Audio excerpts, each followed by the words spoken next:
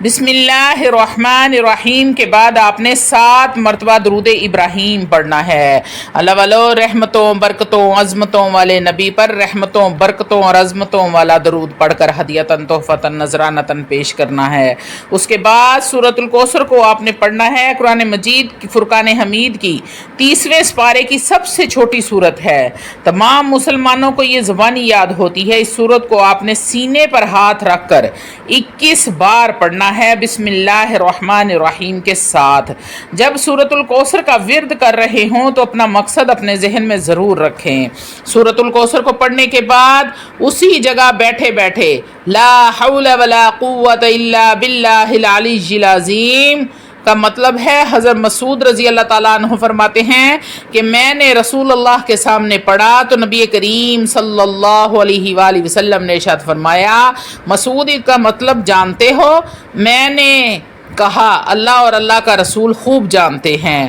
تو نبی کریم صلی اللہ علیہ وآلہ وسلم نے ارشاد فرمایا، اس کا مطلب ہے کہ گناہوں سے بچنے کی طاقت نہیں ہے مگر اللہ کی مدد سے، اور نیکی کرنے کی قوت نہیں ہے مگر اللہ کی مدد سے، اور فرمایا جو بندہ ہر وقت استغفار کرتا رہتا ہے اللہ رب العزت اس کی ہر مشکل کو آسان بنا دیتے ہیں، ہر غم کو دور فرما دیتے ہیں، اور ایسی جگہ سے رزق عطا فرماتے ہیں جہاں سے اس کا گمان بھی نہیں ہوتا۔